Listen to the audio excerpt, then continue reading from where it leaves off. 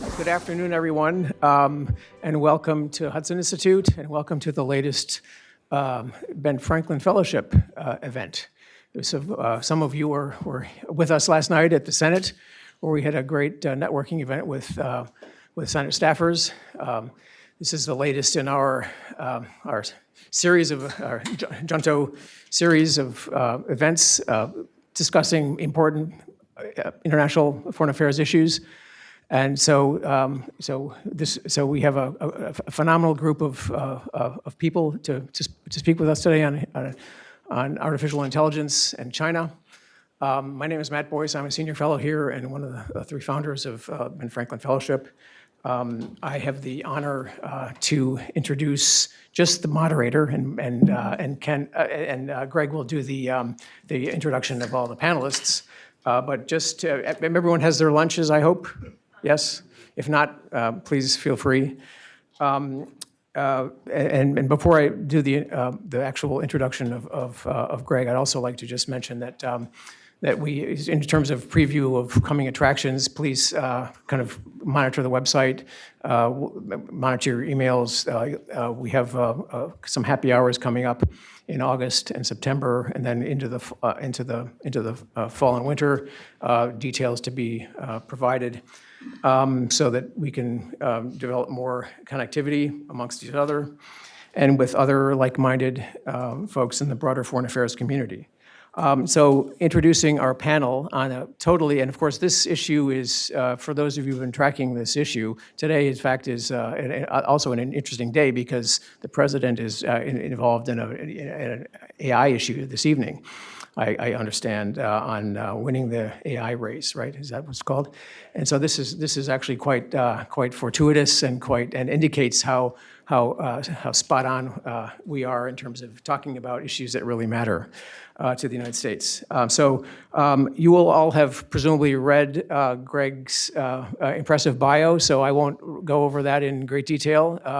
But otherwise, just to say that he's the president of the AI Business Association, has been a senior Senate staffer. He's been a D at the Defense Department. He's had all sorts of interesting roles in Washington and elsewhere, and so is very well suited to talk to us today, or to lead the conversation on this really important issue.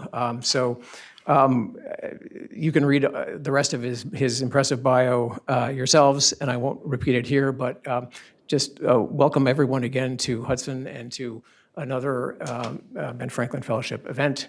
And Greg, over to you. Thank you. Yeah, thanks. Thank you, Matt. And this is one of many examples of how the Ben Franklin Fellowship is really focusing on critical issues that are deeply important to U.S. national security and U.S. foreign policy. And AI, of course, is at the center of so much of what we're dealing with now. This is going to be the first in a series that the Ben Franklin Fellowship will be sponsoring. I'll say BFF from now on to be abbreviated, that will be holding on AI issues. Among other topics we'll be looking at is AI specifically in the realm of foreign policy making in the United States. More primers on AI and the technology, because I think understanding it accurately is critical to understand its role, and other issues about how it's a critical player in U.S. competition economically, militarily, and otherwise, and also the issue of how does the U.S. maintain its technological lead in AI, which is so important for our place in the world in all aspects. The other thing I wanted to mention is that the Ben Franklin Fellowship has created a working group that I am chairing on AI and Statecraft, I guess is what we're calling it. And I invite all the members and fellows of BFF to join the working group. We'll be holding meetings and discussions and thinking through what we might recommend in terms of U.S. policy, both at state and more broadly in U.S. government activity on the issue of AI. There was no better way to begin this series than an examination of AI and U.S.-China relations. It's not an exaggeration to say that AI is impacting virtually all aspects of the U.S.-China relationship. Technology, energy and mining, international trade, economic growth more broadly, military capabilities, governance and rule of law issues, and really what one of our speakers has rightly called the civilizational in in the competition we have with China. Every aspect of it is impacted by AI. The world learned of China's advances in a big way in January of this year when DeepSeek released 2 LLM versions of its software. And China's been at this, by the way, for far longer than that announcement in January. They announced their Digital Silk Road initiative in 2015, a part of their Belt and Road initiative. And then 2 years later in 2017, China officially made AI a pillar of its overall national policy when they unveiled the New Generation Artificial Intelligence Development Plan. They always are very communist in their labels for these things. In 2017, with the aim of making China the global leader in AI by 2030. China's embraced AI to achieve many of its domestic and foreign policy objectives. Their advances in AI extend far beyond what you've read in the press. And this AI competition is already becoming global. For example, reaching Africa, Latin America, and elsewhere where the US and China are competing in the race for rare earth metals. The United States has not been asleep at the wheel, especially during this current administration. And I just want to name a couple of things of the last week that underscore this. Last week, President Trump announced $90 billion in energy and AI investments for Pennsylvania, announced in Pittsburgh. And one of our speakers, Professor Joe Yoon, was president at that on the stage as one of the CEOs. And we'll have something to say about that. The Defense Department's Project Maven, launched 7 years ago out of concern about China, is already being used to improve situational awareness in places like the 2021 Kabul evacuation, in the battlefield for targeting against Russian forces in Ukraine and Iraq and Syria and Yemen. In March of this year, NATO and Palantir, who is leading this initiative, and we have one of our speakers is from Palantir Technologies, and we'll talk about this, has finalized the acquisition of the Project Maven system for intelligence fusion and targeting, battle space awareness and planning, and accelerated decision-making. It's already happening at NATO. And last week, the DoD announced the $800 million in contracts with 4 artificial intelligence companies, Anthropic, Google, OpenAI, and Elon Musk's xAI, intended to address critical, quote, critical national security challenges, and China, of course, being at the forefront of those challenges. On the other hand, just last week, the Trump administration lifted a 3-month ban on the sale of AI chips to China of certain types, which means NVIDIA and on a smaller scale, AMD, are going to resume the export of certain AI chips to China, and there's controversy about that we'll talk about. So we're fortunate today to have with us 4 speakers whose expertise and personal experience touch on all aspects of this complex issue. Professor Joe Yoon, who, if you want to raise your hand, you'll be on the stage coming and speaking, is Director of AI Enablement at the University of Pittsburgh and CEO and co-founder of Blue Fox Labs AI, advising top clients on how to introduce AI to their operations. And he also serves on the board of the trade association with me, and is an incredible person who not only is an expert, can actually speak in terms that people like me can understand. Matt Turpin, who is here, a Hoover Fellow, is a West Point grad, Army veteran who's advised the Pentagon at all levels, including the NSC, White House on technology and AI, especially focused on China, and as I said, is now at Palantir Technologies. Bill Drexel, this is one of your homes, which is Hudson. You're a fellow here, and he focuses on U.S.-China AI competition, U.S.-India relations, and diplomacy and tech strategy. And finally, last but not least, Ambassador Dennis Shea, who served as Trump's first term ambassador to the World Trade Organization, and earlier as chairman of the U.S.-China Economic and Security Review Commission, whose annual reports, I might add, are required reading in understanding the broad range of Chinese bad behavior. So with that, I'd like to begin with Professor Yoon. Joe, would you mind joining us? And Joe, among other things, will give us an AI 101 for those of you that don't know the technology. Thank you, Joe. Okay, I was given about 7 or 8 minutes to explain all of AI. So forgive me, I'm going to get pretty general here. But in general, I like to categorize AI in 2 buckets. The buckets are what typically is called symbolic AI, but I like to call it rules AI because it just is easier to remember, and then neural AI. So what is rules AI? Rules AI is essentially, if you remember, some of you, or I definitely remember this, in 1997, IBM created this supercomputer called Deep Blue, and it was taught to play chess. And it beat one of the world's grandmasters, Garry Kasparov, I believe, in chess in 1997. And what is AI? AI is computers mimicking human behavior. So how was Deep Blue trained at that time? Well, it was trained via what we know as just typical computer programming. You give a bunch of code lines that are essentially rules, and it was taught to play chess, both with regards to the rules of chess, as well as all the different strategies that grandmasters may use to play chess. So you can imagine the amount of code that was created with the confluence of these grandmasters and these programmers to code up that supercomputer. It was incredibly complex and just needed supercomputing that was powerful. This is an example of rules AI, which if somebody wanted to go through each line of code, a human could understand every single line of code and understand the rules that were put into the system and understand how this computer plays chess. That's how most people believe even current AI works. That is not how current AI works. We'll put that in the bucket of rules AI, understandable completely by humans. What is the other bucket? The other bucket is neural AI. I'll give you another story. So in the early 2010s, I was doing grad school with some of my peers at the National Center for Supercomputing in Illinois. And what we were doing at that time was we were just trying to digest what was coming out of Google around 2010-ish, 2011, where what they were doing was they were doing these experiments on this new type of algorithm called an artificial neural network. Additionally, they had these supercomputing resources that were just kind of idle. And so what they decided to do was, let's start taking the data that we have amassed. So in this case, it was Google News. They had just scraped as much of free news as they could from the internet for about 8 to 10 years, this huge corpus in English. And they threw that corpus of data, that English news data, into these artificial neural networks and basically had these computers just process. And they wanted to see what would happen. And computers, you may know, they don't speak in words. They speak in numbers. And so the computer had to somehow convert all of 8 to 10 years of Google News from words into numbers. How did it do that? It did this judo move with words that forever now has changed the landscape of AI and has formed generative AI, which what it did was, all of a sudden it took the words, it mapped words in multidimensional space, and then it started to understand the dimensionality and the distance between those words. What do I mean by that? Okay, let's take the sentence, I love my mom, because I really love my mom.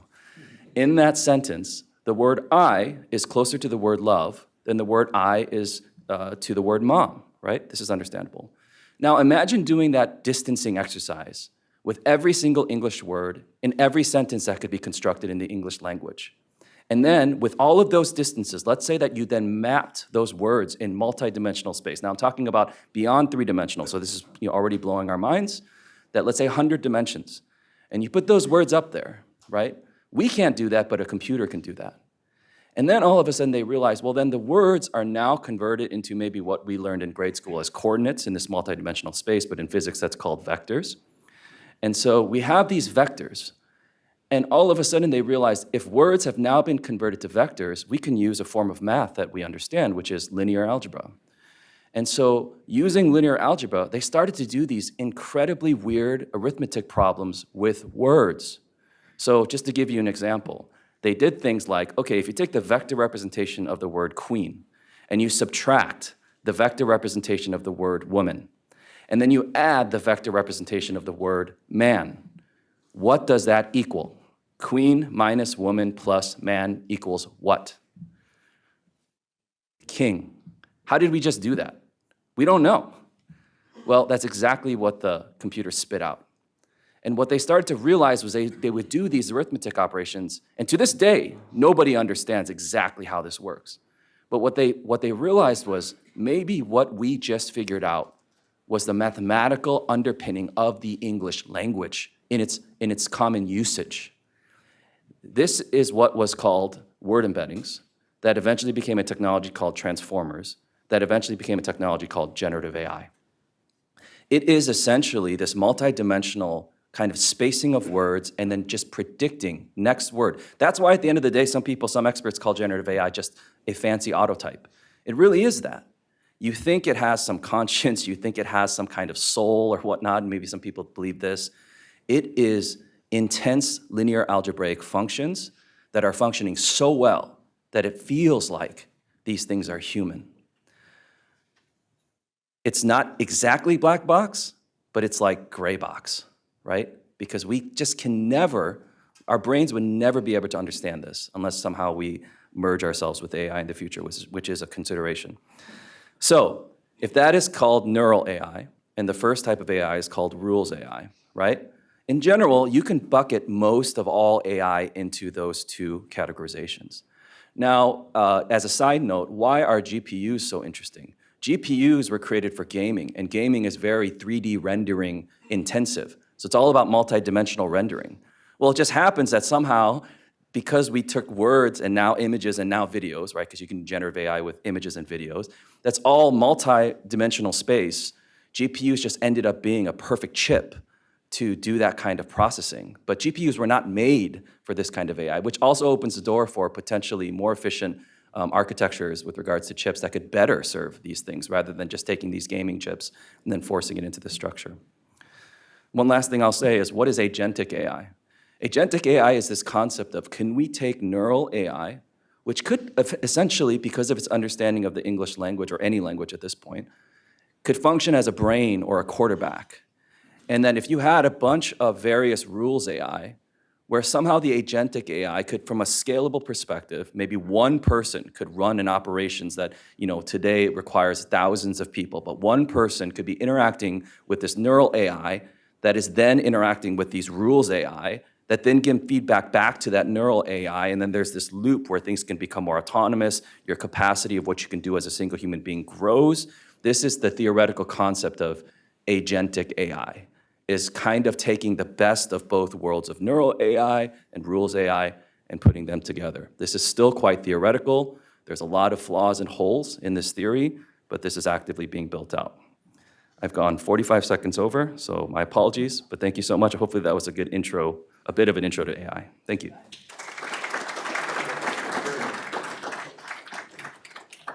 AI in 7 minutes. Matt, please join us.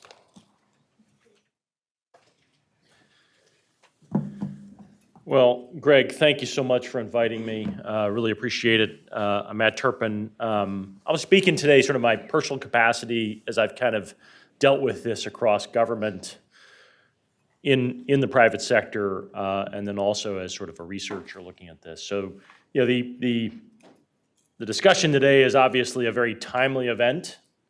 We've got a whole bunch of things going on in the space of artificial intelligence and national security and government policy and broader industrial policy.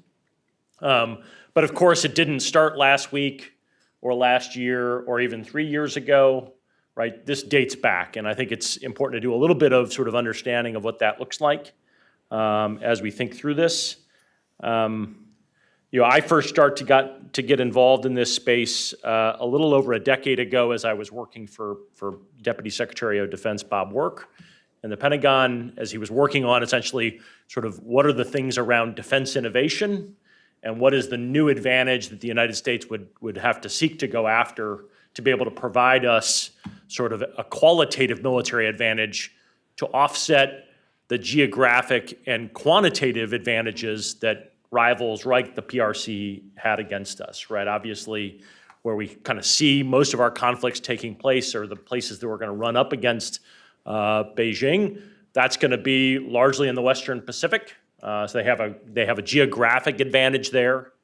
And certainly, we all know that the PRC has a very significant quantitative advantage as an industrial-based power, as certainly in terms of population.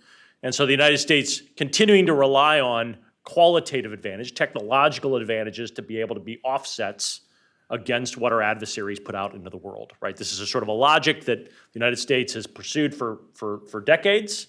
And this was an attempt to sort of look at this and sort of where did we settle on this in sort of 2014, 2015? Really around human-machine teaming, the use of artificial intelligence, and the kinds of things that would come out of that. Shortly after all of those sets of decisions, we certainly have Project Maven being started within the Department of Defense to take, essentially what Professor Yun just discussed around this sort of generative AI around images, and to be able to do that at scale, to be able to process all of that data. And so you had that whole effort happening across the Department of Defense, while simultaneously you had, civilian companies and the technology sector continuing to move forward on these technologies as well.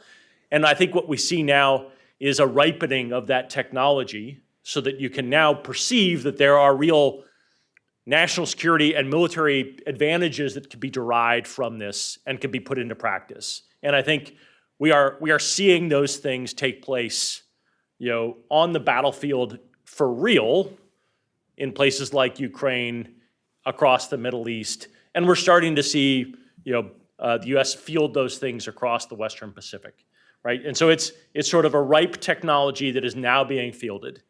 I think one of the things to remember is that as the United States was examining this, I was a China policy sort of analyst and then a China policy maker, and we could see, right, in sort of the internal writings of the PLA, that they were paying very close attention to U.S. attention on artificial intelligence and the way in which that would provide advantages, and they began their own efforts to be able to field those things. And so I think what we see is certainly the interaction of both the United States and the PRC in this space, because both see not only economic advantages that come from this, but also national security advantages. And so that's been playing out really over the last decade as this technology has ripened.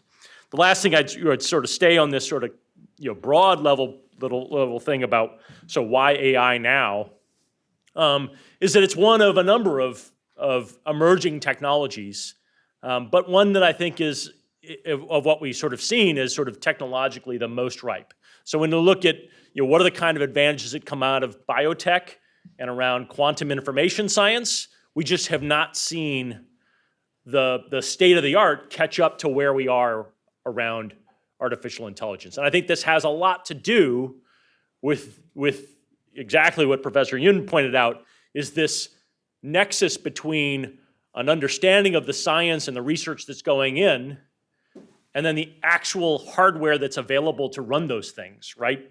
This set of decisions by Jensen Huang and NVIDIA really 3 decades ago to make a huge investment in building out chips for gaming, right, that can do, simultaneously run multiple calculations, right, on the same chip, right, which allows you to do gaming.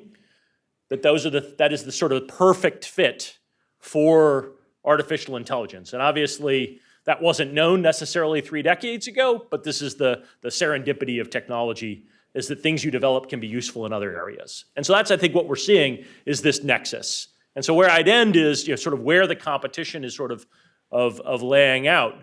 Obviously, artificial intelligence is an immature technology field, right?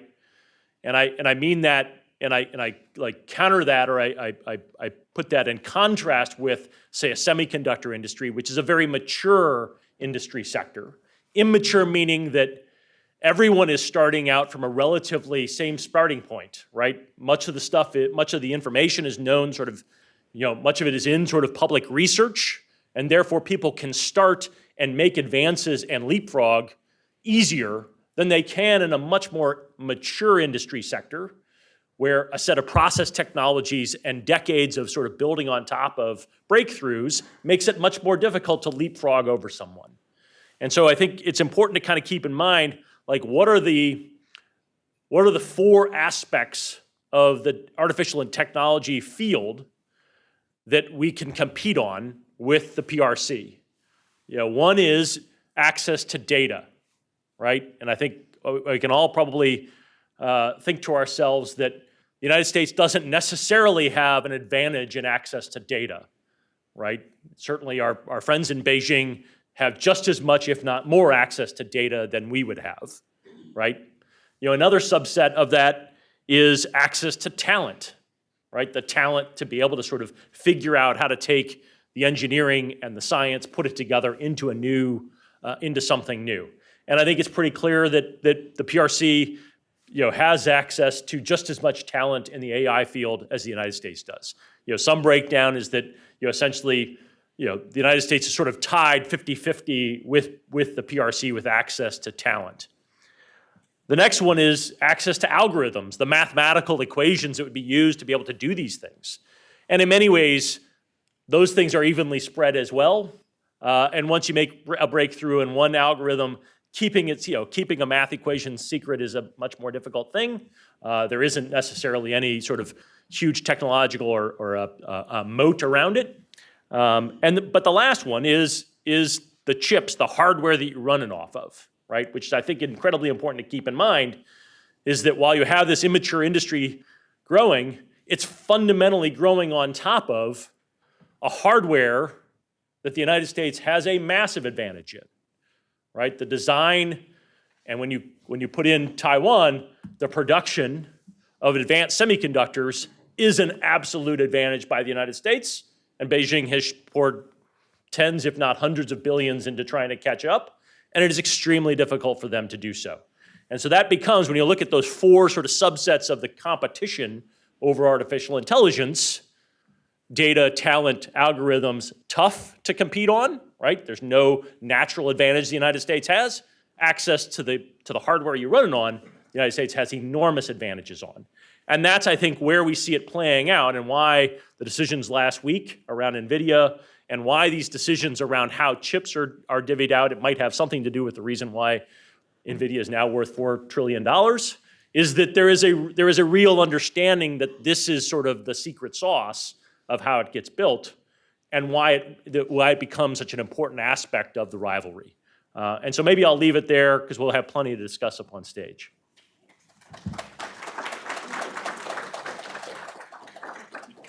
Bill Drexel, come and join us.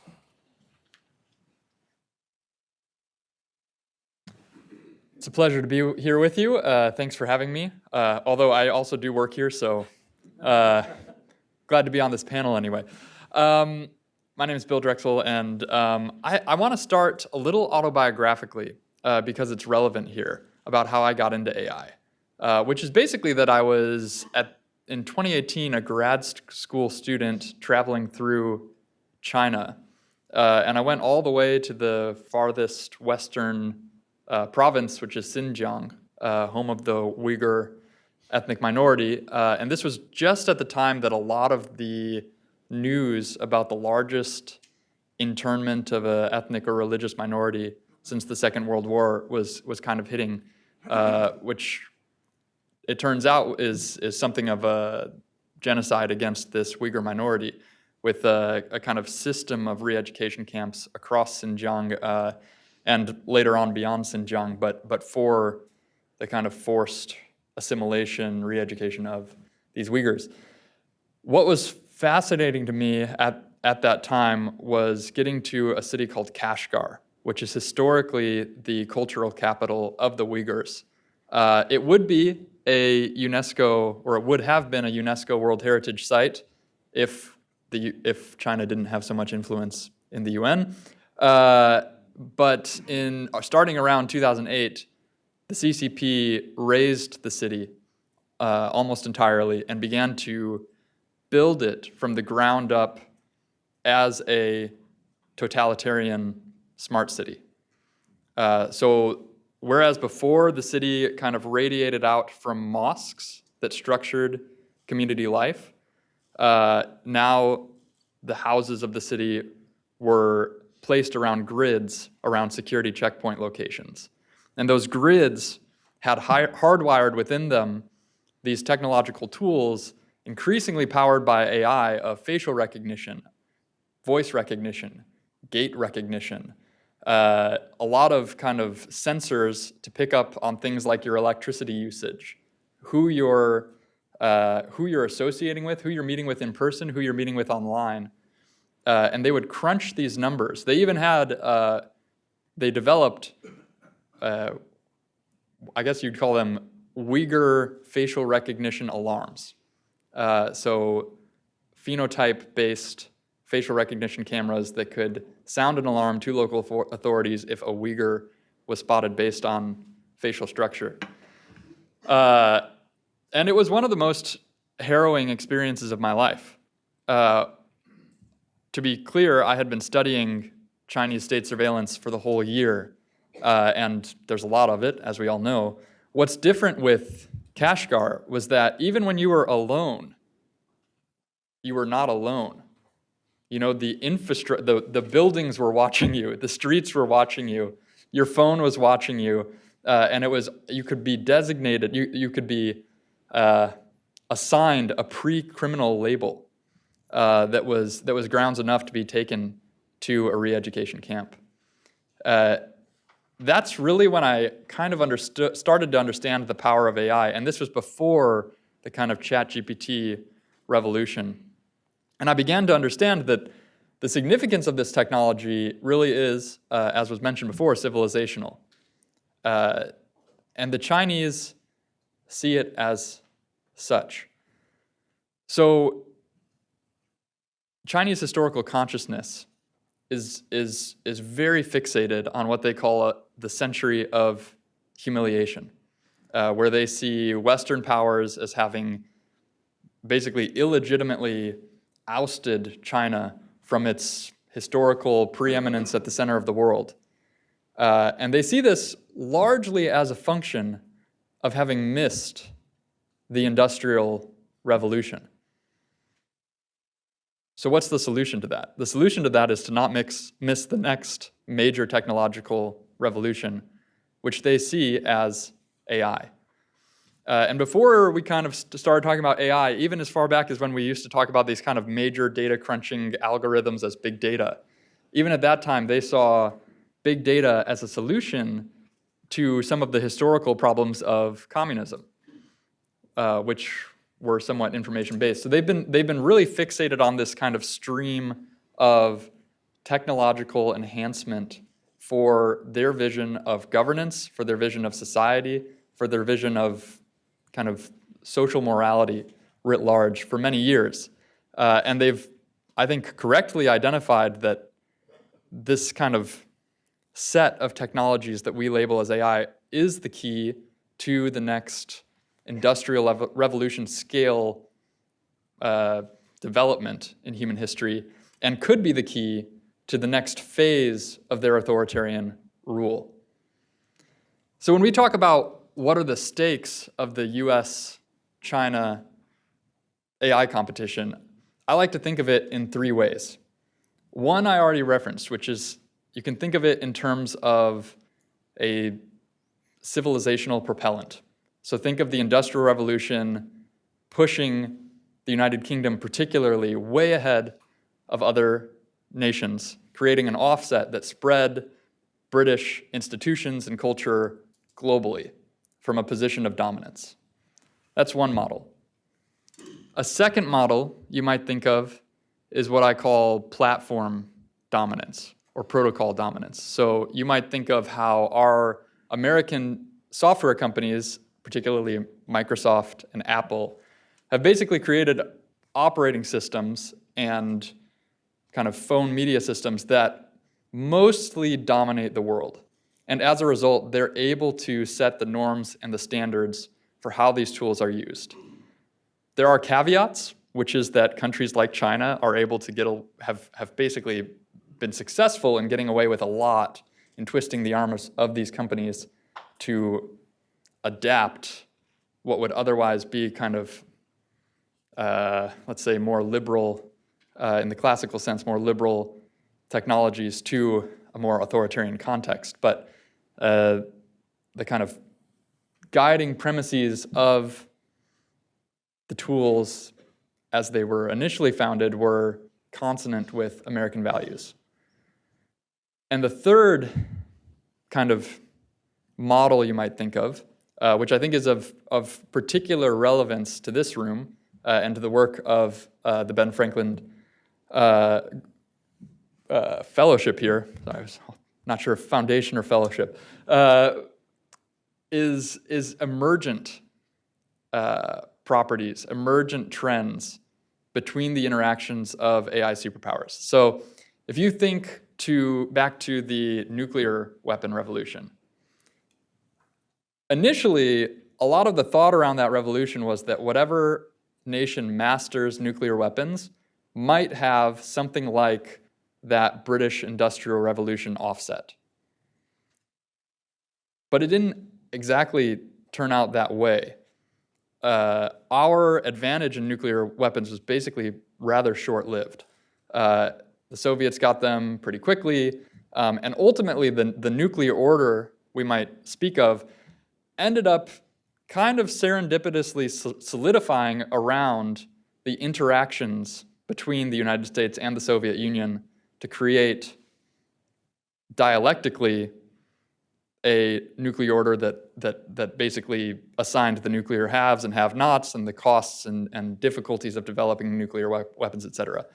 That's one area where diplomacy is key, and that a lot of the commentary on AI right now is missing. But I'll just finish with this, which is when we think about, what are the areas of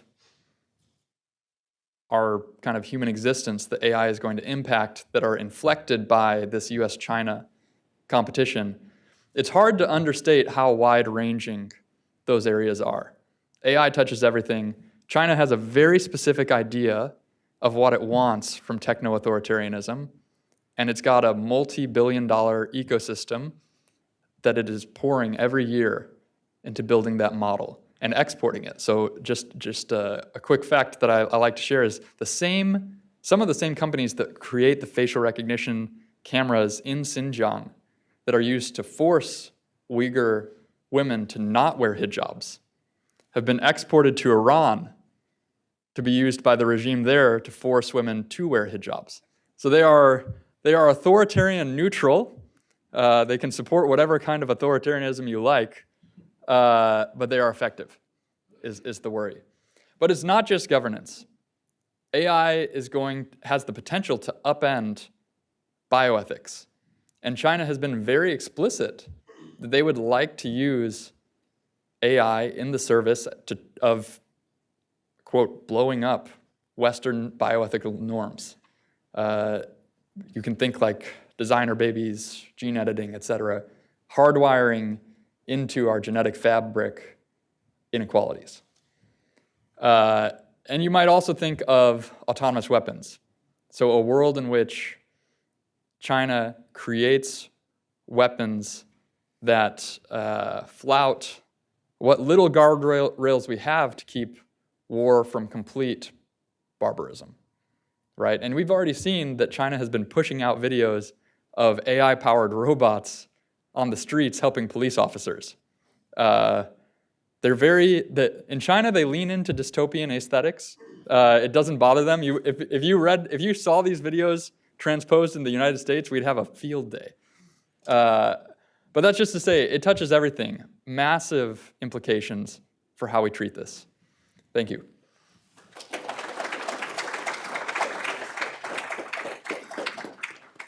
Thank you, Bill. And our last speaker, but not least, is Ambassador Dennis Shea. Good afternoon, everyone. It's a tough act to follow those three experts, but let me just start by saying I'm speaking on behalf of myself and not for any organization.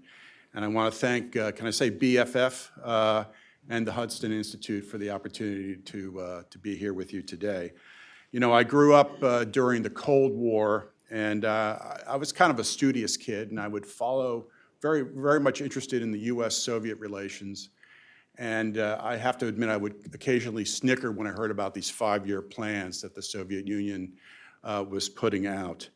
But when it comes to China, you must take their industrial policy plans very seriously, and you ignore them at your own peril.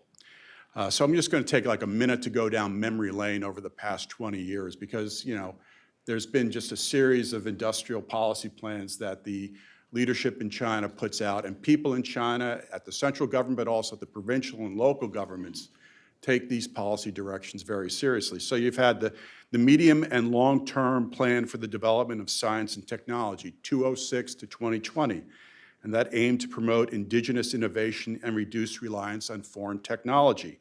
And it targeted sectors like semiconductors, aerospace, and biotechnology. You had the 11th 5-year plan, 2006 to 2010. and that designated sectors like shipbuilding as priorities for industrial development. Now, how has that turned out? I mean, Chinese shipyards have a manufacturing capacity of 23 million gross tons annually, and U.S. shipyards less than 100,000 gross tons annually. We're getting we're getting crushed in shipbuilding. The Made in China 2025, which got a lot of attention here in the United States, that was launched in 2015 and sought to achieve self-sufficiency and increase domestic content in 10 key sectors, including robotics, aerospace, high-speed rail, and new energy vehicles. So China has made considerable progress and potentially achieved a leadership position in many of these sectors. Certainly global solar panel production and electric vehicles and lithium batteries. The tools used to achieve industrial policy dominance include massive state subsidies, tax breaks, low-interest loans, preferential government procurement policies, as Bill mentioned, technical standards that discriminate against foreign suppliers, suppressed wages, local government incentives such as land at discounted rates and infrastructure support, intellectual property theft at a massive level, forced technology transfer practices, and talent recruitment through initiatives like the 1,000 Talents Plan. So Chinese industrial policies have no doubt led to inefficiency and overcapacity and a backlash from the West. We had the tariffs against China, the CHIPS Act, but they have undeniably elevated China's global standing in certain high-tech industries, and I mentioned a few, including shipbuilding, solar, EVs. So as Greg mentioned, I mentioned this because China has a plan, an industrial policy plan for AI, as Greg mentioned in his opening remarks, and it seeks to become the global leader for artificial intelligence by 2030, as outlined in that hard to say 2017 New Generation Artificial Development Plan. And its stated goal is to surpass the United States and other developed nations in AI theory, technology, and applications. In 2017, China's State Council published a directive that underscored AI's powers to profoundly change human society and life, and it stated Beijing's intent to have first mover advantage in the development of AI. So why does, this has been touched on by the previous speakers, China wants to do this because it views AI as an engine for economic development that helps address issues like sluggish productivity and an aging workforce and a shrinking workforce and an aging population. China also sees AI as critical to military-civil fusion, enhancing defense capabilities in areas like decision-making, ISR, and autonomous weapons systems. And China also expects to export AI technologies and governance models globally through initiatives like the Digital Silk Road. So, to achieve these goals, China's central government has deployed, and local governments have deployed massive government resources and invested heavily in domestic chip production. China's building intelligent computing centers to support AI model training. China's also developing a network of 2,800 satellites to serve as orbiting data centers for AI, and that's called the three-body computing constellation, as fans of the three novels, which was a great set of novels. I just want to, tell you a little bit about my experience at the WTO when I represented the United States there. I spent a lot of time trying to educate the membership of the WTO that China was just not playing by global norms and playing by the rules. And I have to say I got a little frustrated with some of my Western colleagues who didn't seem to go along with what I was trying to do. And they kind of lived in a little trade silo. Everything was just about trade, and they didn't see the broader picture. So what I did was I asked for some folks who are intelligence officials, this is non-classified, to come to Geneva and talk to a group of ambassadors from Western countries about China, what China was doing. And I told the briefers, I said, you really can't overload them with information. You have to be you have to let them imprint 1 or 2 sentences in their brains. So when they leave after an hour, they remember 1 or 2 sentences. And I still, to this day, this was about 2018 to 2019, I still remember the 1 sentence that I took away, that China is collecting personal information on every individual on the planet. And obviously, I think that is tied to not just security or espionage, but also to help with collect data for AI models. I do a little bit of trade or have a trade background, so let me just talk about 2 different issues, rare earths and legacy chips. In the AA competition with China, the US, during both the Biden and Trump administration, has attempted to limit Beijing's computing capacity by restricting access to high-end chips or GPUs. And export controls have been the main tool we have deployed. And I think to a large extent, successfully, my colleagues on the panel may disagree, but to a large extent, successfully, despite concerns about smuggling and transshipment through other countries. However, it appears in response to recent US export restrictions, China has imposed its own export controls on critical minerals, particularly rare earth elements essential for semiconductor production, electronics, and other advanced technologies, including military technologies. And this has been a significant source of leverage for the Chinese. So it's absolutely essential that we detangle or decouple America's rare earth mineral supply from China, which dominates also rare earth refining, which is incredibly important. I've served on the U.S.-China Commission. We've been talking about that. I'm no longer on it, but we were talking about that 10, 12 years ago. I mean, and nothing has been done in any kind of serious way. So I hope we're getting serious. I saw, for example, that the U.S. Defense Department has invested resources into MP Materials, which owns a mine in Mountain Pass, California. There's all that famous Mountain Pass, California mine, and also owns a refining facility in Texas. So hopefully that support, hopefully by providing maybe long-term contracts to MP Materials, we'll be able to combat China's underpricing. Whenever they see competitors in the rare earth space, they flood the market and underprice the cost, and that forces competitors to go out of business. So I hopefully, I'm sorry, this is industrial policy, folks, but I hope we need it. I hope that Mountain Pass situation, MP Materials situation works. The other issue is legacy chips, which refer to older, and Joe can correct me if I'm wrong, older, less advanced semiconductor chips, often used in non-cutting edge technologies like automobiles and industrial equipment and consumer electronics.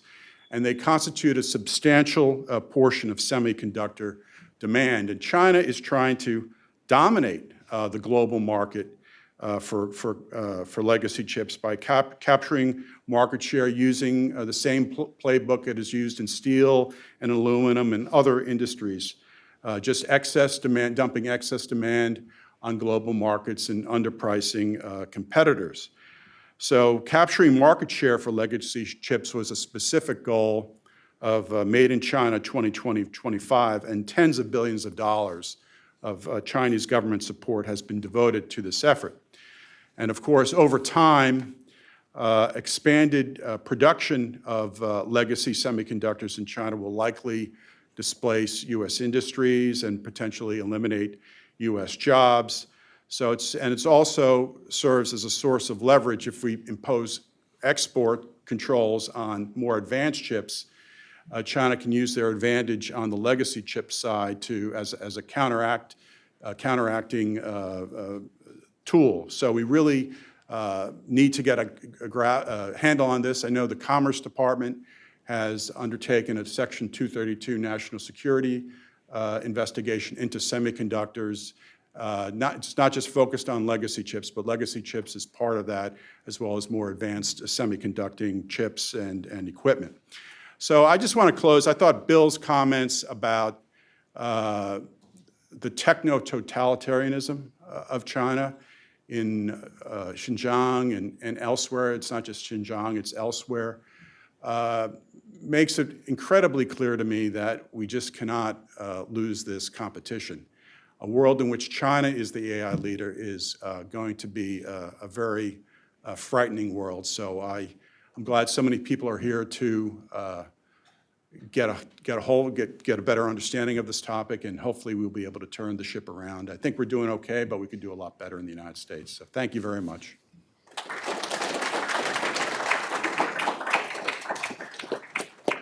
Thank you, Dennis. I'm going to ask the speakers to come to the sit down on the stage here.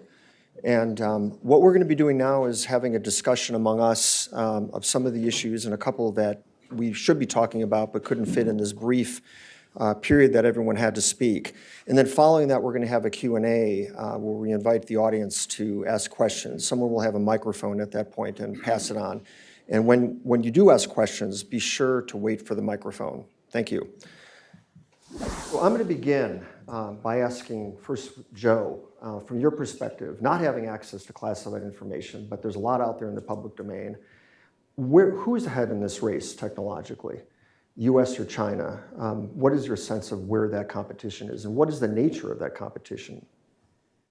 So I have no idea. I know nothing about the military or government affairs. I know a little bit about this technology. But I will say that understanding what China has done with data and rules-based AI over decades, I think about it kind of like, imagine if we lived in a world right now where there was no computer operating system. So there's no Windows and there's no Macintosh, Mac OS, okay? But what existed was this entity, that's China, that had these apps, like Excel, right? And it's a killer app. Excel is kind of, just known for, everybody uses it for everything, right? And it takes time to create Excel. And Excel is this powerful thing, but you can't really fully run it in its usage until you have the operating system. I think about it like that, where China has built out a lot of rules-based AI Excels because of just their repetitious work with the data and with regards to creating programs. I don't think the US has done the same. And for good reasons, with regards to not trying to surveil everything and everybody and all these things. Well, neural AI is kind of like the operating system for AI, right? As I kind of explained this whole agentic model. And so at some point, we're going to figure out, I think it's actually going to be small language models, not large language models, but we're going to figure out how to create a good enough Windows or a good enough Mac OS for AI. And once that happens, if China figures that out first, again, I don't know anything about this space, but I'm just thinking in my head, if China figures that out first, and then they already have these killer apps ready to go, then all of a sudden the acceleration is logarithmic, right? Versus, maybe from the US perspective, it's like we're building the operating system and the apps at the same time. Although again, I'm sure that there are things that I don't know about that have been built, which I'm hoping very much so that is the case. But I think about it that way, that it's concerning to me that China might have in my opinion, extreme advantage on the rules-based AI side. Matt? Yeah. I guess I agree with that characterization. I suspect that what you have are different apps being built in different places, like having largely to do with the use cases that are being set against it, right? So I mean, the United States is not going to go about building out, a giant nationwide or global facial recognition system to be able to spot ethnic groups it doesn't like. Like, that's not going to happen. The U.S. is not going to pursue that. So we're not going to build apps to do that. The PRC is doing that. That is what the party is doing, and they have built apps in that space, and they're very good at it. And so you're right. What is that operating system that gets built that can then bring all those pieces together with the knowledge that some of those pieces will be things that we have advantages in that we've been building, and some of the things that they've been building, and then who gets to sort of set up that operating system that either privileges those sets of, so I think of an operating system as like you're hardwiring in the values, right? So you're hardwiring in what is allowed to be done and what is not allowed to be done.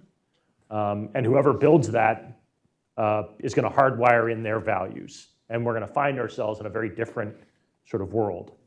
My suspicion is that we are still sort of on track to building that operating system. My sense is that this is a close race, and I kind of wish we were not taking actions that provide sort of lifelines and other things to our competitor. I think we should be doing sort of much more to be taking actions against them. If we're worried about a company like Huawei building out competing AI chips, then we have tons of tools to be able to take after Huawei's ability to function as a business. It is standing trial for multiple felonies, including racketeering.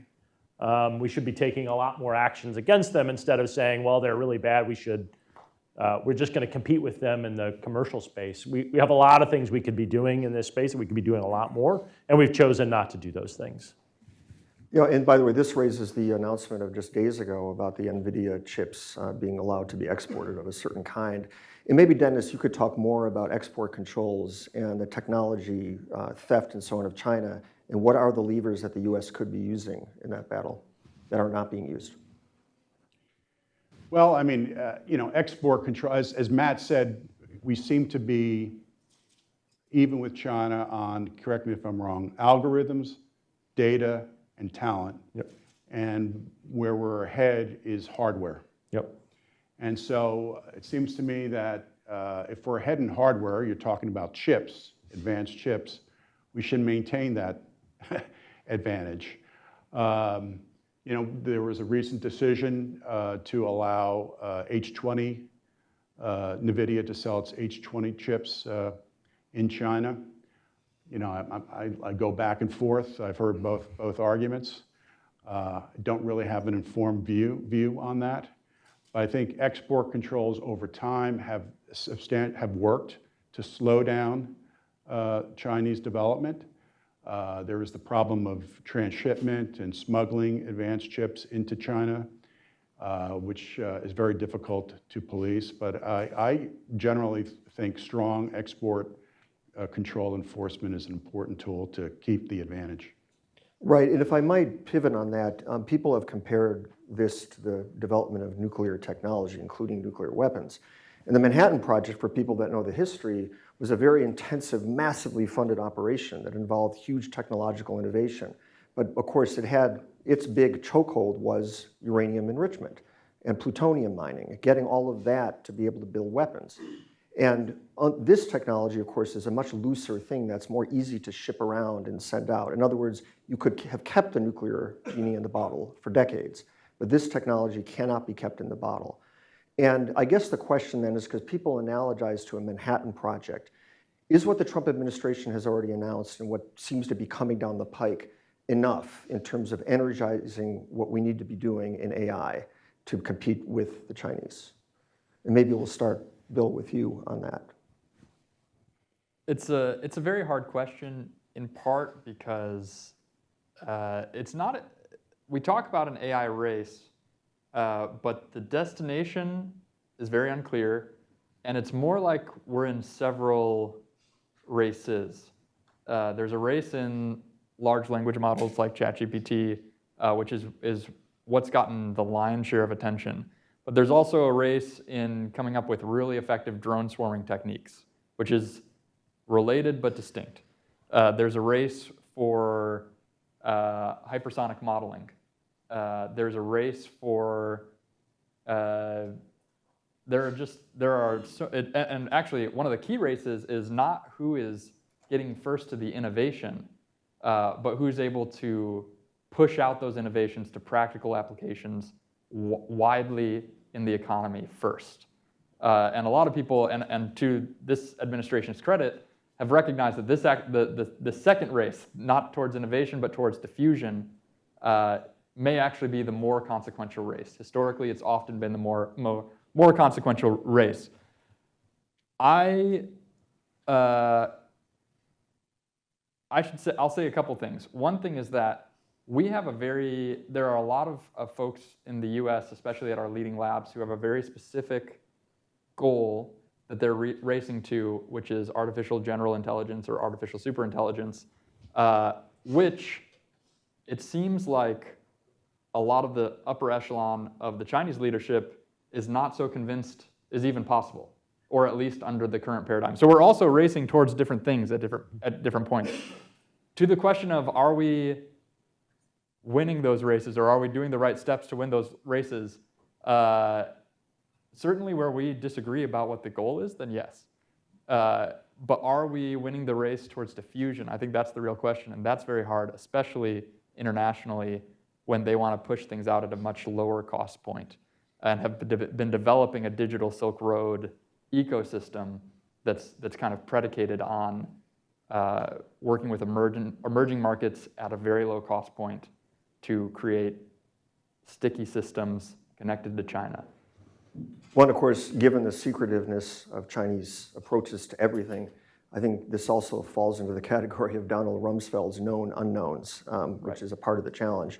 Joe, what is your perspective on Are We Doing? If you were, to remind you, Joe was present at the announcement last week with, I guess it was 60 CEOs in Pennsylvania and Pittsburgh of one of the big initiatives that the Trump administration is doing, in this case, $90 billion for energy and AI, supercharging our development.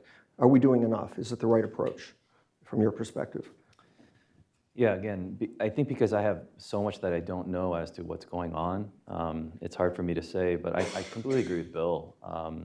You know, my company, which is, it's not an advertisement for my company, but the reason why my company exists is because I had leaders in private equity approach me and say, hey, there's nobody that can actually build this stuff in a way that works and makes money for my businesses. And you know, we've got tons of consulting firms, large ones that we all know.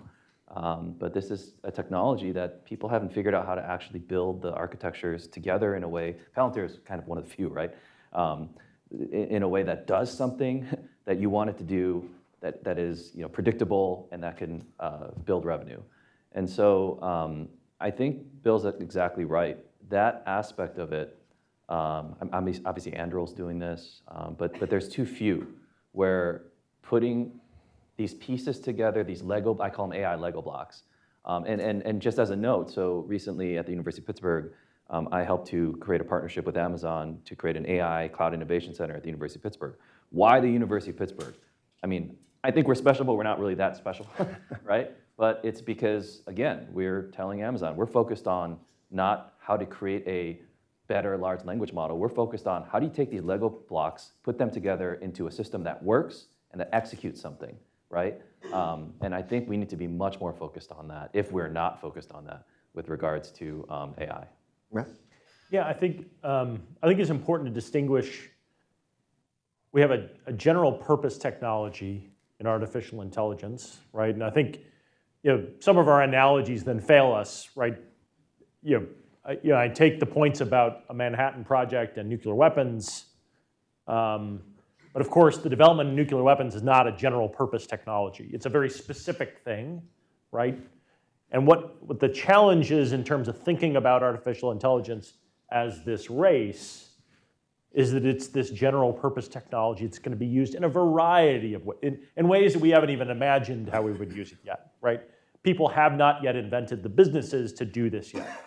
And so, you know, I understand the logic that folks are making around the arguments for this change in approach on sort of diffusion and things like that, and be able to give the chips to build it off of.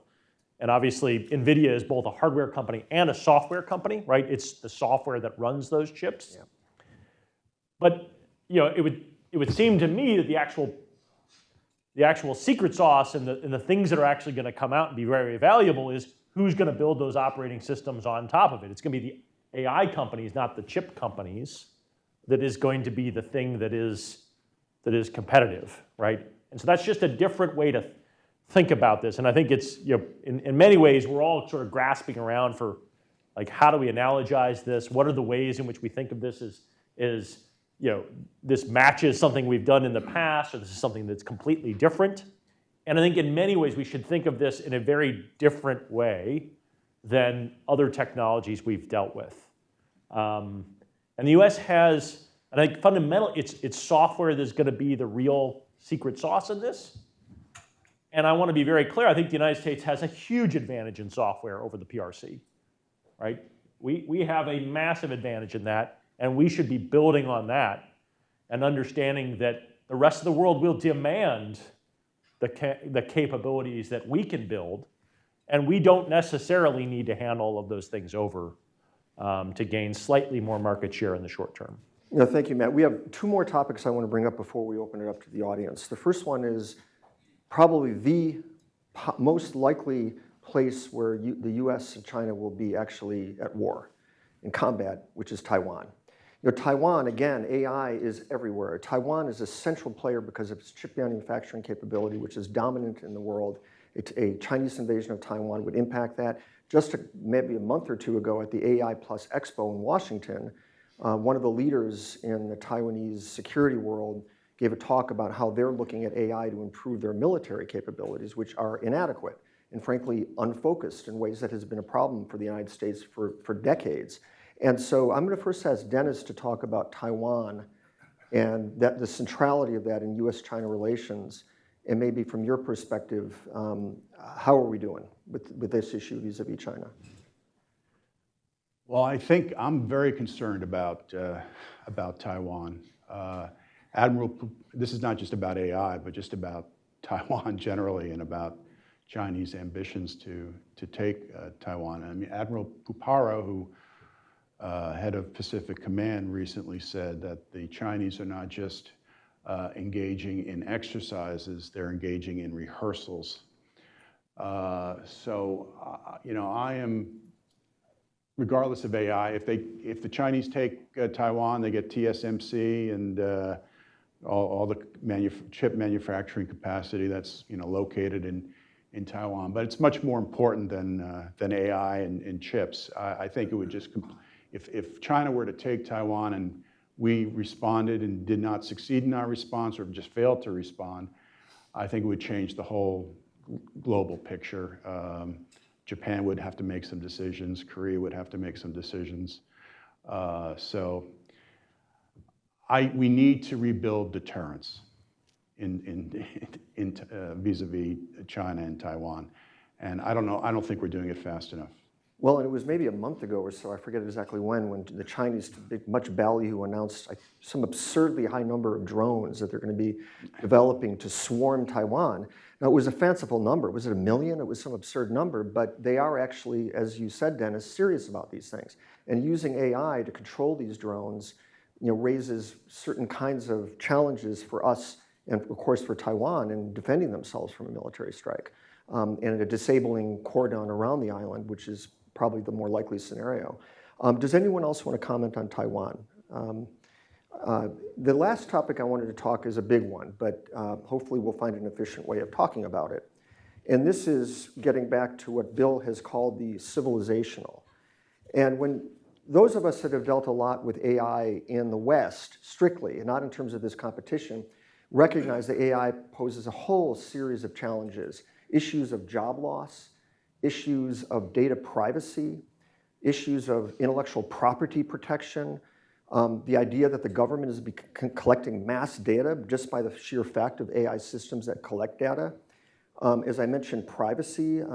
All of these issues are already big here. Of course, China, the government can ignore all of these. And the civilizational struggle is as we compete with them, and again, I deal with this in the trade association a lot, we are facing these other challenges where we're going to limit ourselves to what we might use AI for. But at the same time, they're not self-limiting. And I wonder if, start with Bill to talk a little bit about that, about the legal space, the civil liberties space, and how doing certain things we may need to do may, I'm thinking of the USA Patriot Act after 9/11, may undermine these civil liberties and other constitutional protections in the West. Yeah, it's a really tough challenge. There are a lot of asymmetries kind of in this bucket. So genomic data plus AI will be the foundation for a biotech revolution, right? We have HIPAA. Our genomic data is very hard to get, very siloed, legally super complex. They farm genetic data forcibly en masse from Uyghurs and from their broader population. And it all goes in a database. They take our public scientific databases of genomic data that we share for the good of humanity, but they do not share theirs. This gives them an edge. Copyright. We have over 40 major lawsuits ongoing right now with large language model companies about, what and how can copyright data be used for training these models, which is essential. That's very high quality data, and a very onerous regime would make it very difficult to create these models at a pace that's competitive with China, which will undoubtedly, as it does with all of our IP, not care. And so that's another major asymmetry. I think there could be some silver linings. So a lot of this stuff, there's a question of will they create conditions that are so, using AI, that are so inimical to the flourishing of the economy or human flourishing more generally that it backfires. So some of our protections, I think, may be strengths. But we have some hard decisions to make, especially around what are we going to do with genomic data to be competitive? How are we going to balance copyright concerns with a really kind of core national security industry? And there are other kind of we don't want to get to a how low can you go on international humanitarian law with weapons, right? That's an uglier world for everyone. And we've seen what that looks like in trench warfare, where new modes of mechanization create strategically marginal benefits, but great human suffering for everyone. But if they come out with things that are inhumane but very effective in another sense, again, we'll have some hard decisions. We have to navigate those probably on an ad hoc basis, both recognizing what our values are, that they do have benefits that are important to protect, but that also we must win this competition. Dennis, I'd like to invite you to also talk about this. I should mention Dennis is a brilliant lawyer as well and was general counsel to the majority leader of the Senate and dealt with a lot of constitutional issues in that and other roles. So Dennis, what is your view of this question of civil liberties and all of those questions about AI in China? Well, you're too generous, Greg, with that comment. I'm going to I don't have a thought on this at this point, but I do have a question for Matt. Yep. And it deals with the civilizational issue. And if I may, there's been a lot of talk about, or there has been some talk about China would be willing to use AI in autonomous, weaponry. But they're so focused on control, the Chinese political leadership. Do you think they're willing to allow AI-enabled robots and other machines to make targeting and kill decisions in the military context?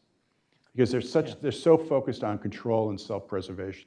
Yeah, some of the literature you see, sort of in PLA writings, harkens back to the same sort of cybernetics discussions that the Soviets were having, right? That in many cases, the failings inside their systems is they can't trust their own people. and therefore they place a lot of trust in this mechanization, automation, and machines will execute the instructions you give them and not be, have all the corruption and failings of the things, right? So there's the one side of argument in which it would suggest that they would entrust that quite a bit, right?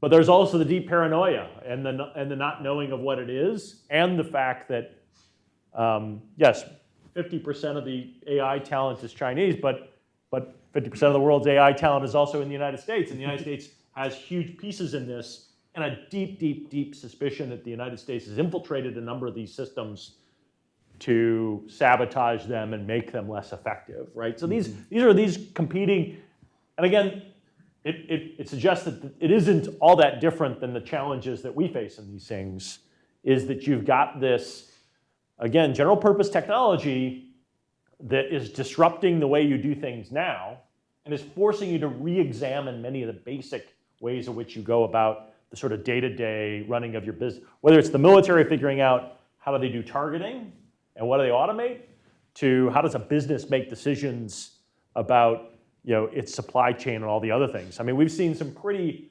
horrendous examples of when you turn over business making to an AI, that it leads to bankruptcy really quickly, right? Because they make really bad decisions. And so I think we should be somewhat confident that what we'll likely see is a human-machine teaming, right? This idea that let machines do the things that machines do well, and let humans do the things that humans do well, and team them up. And that's a better, whether it's in chess or in Go or other things, the human AI team beats the AI team, right? And obviously the AI team beats the human-only team. But it's that human-machine team that is the one that actually wins out. Well, I'm thinking of a half joke, which is that the Matrix and the Terminator are bad business models. They don't make money. Well, when President Trump made that comment a couple months ago, seemingly out of the blue, that we have very powerful weapons, more powerful weapons than anybody knows in the world, I mean, that must have fed some paranoia in Beijing. Of course. Yes. They think we have magic weapons. Well, and by the way, on this issue of what's called embodied AI and robotics, Bill, you were on a panel at Hudson just days ago. I recommend people watch it because I know, Joe, you saw it. I've seen it. Very good. It really is a good discussion. And I'm not going to ask you to talk about it now. See the YouTube or Hudson website for that because it's very, very important. I'm going to open up just maybe a couple questions too. Let me start way in the back, right in the corner there. Thank you so much for Oh, actually, wait for the microphone. Yeah. my voice usually carries pretty far, but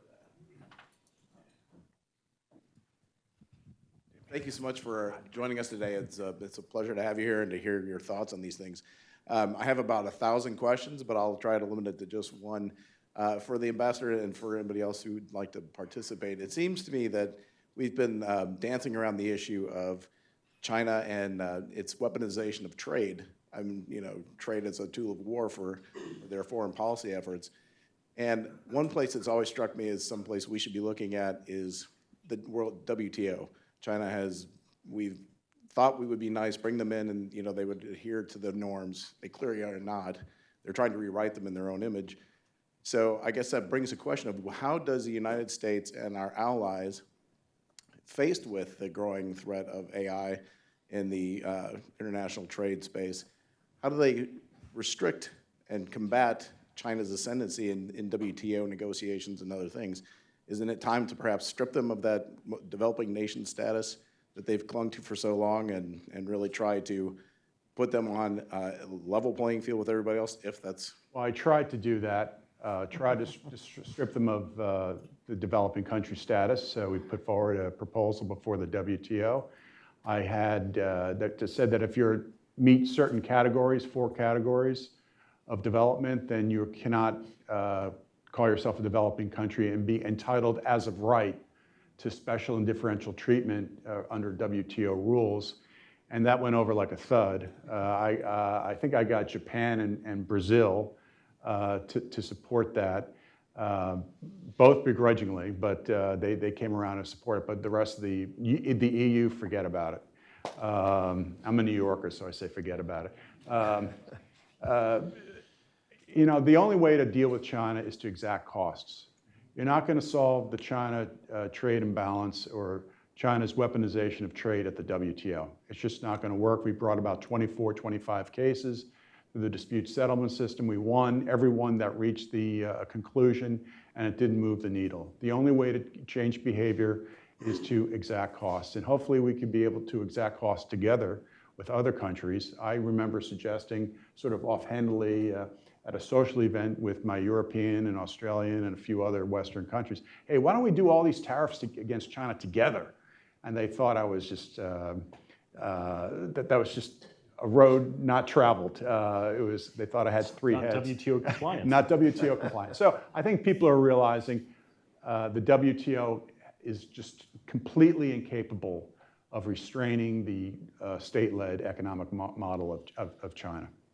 Well, Dennis, I know one of the things you've talked about in the past is how just the fact of China and the WTO has helped corrupt the WTO in certain ways.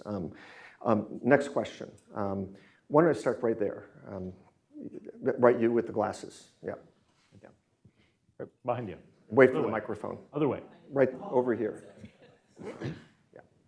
Hello. So my question is, I guess, trying to find some optimism because I haven't, the little that I know about the topic.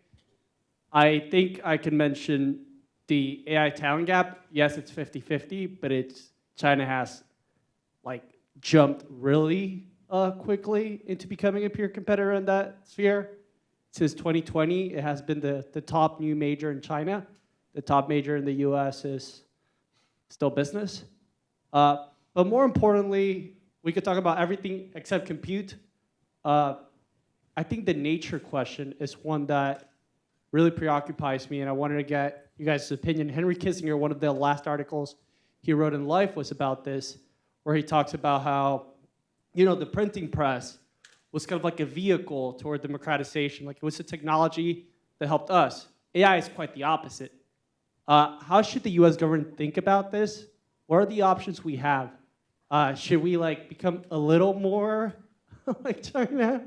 Or how can we make China be a little more like us? It seems really hard, right? Maybe start with Joe, if you could think about that from your, because you know the technology and what it can do and how it can implicate people's lives.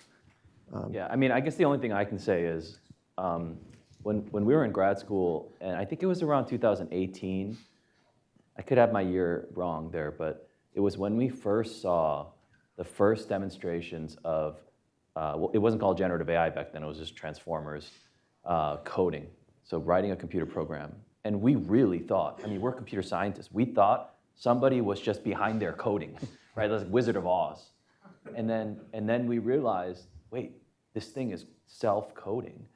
And that's when most of us, a lot of my colleagues are at DeepMind and all these different places now, and we just said, this is going to change everything.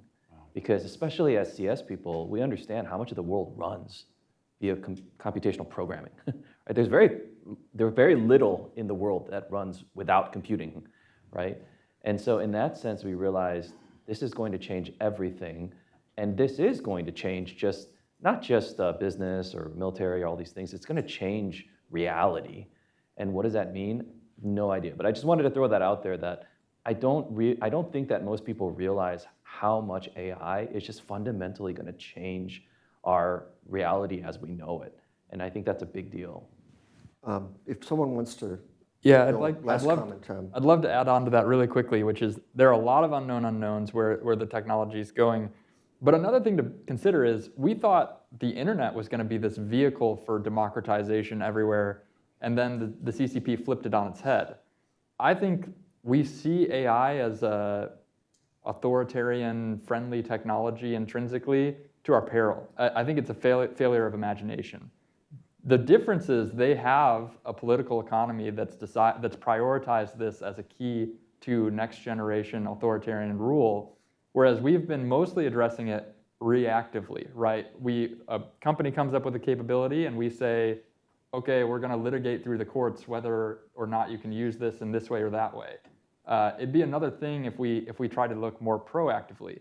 And there are some attempts to do this. Taiwan is starting to experiment with some ways to creatively develop the technology with democratic principles and a vision in mind. But a lot of it is just, how are we going to approach this? Because so much is still up in the air. one of our future talks that we're going to be having in our series is going to focus on law and regulation of AI, both in the US and looking at the West in general and what is the European Union doing. For those of you that know, there's something called the EU AI Act, which is, I would say, quite restrictive. And how do we develop our AI technology here in a way that also takes into account the need to compete with China? So that's for later. And with that, I'm going to end this talk, which could go on for hours. There's so much to discuss. And that's why we're having a series. So I look forward to you joining us for the next of these series. And I really appreciate the speakers who I've met two of them just now, but have already become friends of sorts. And thank you for joining us. And thank you all.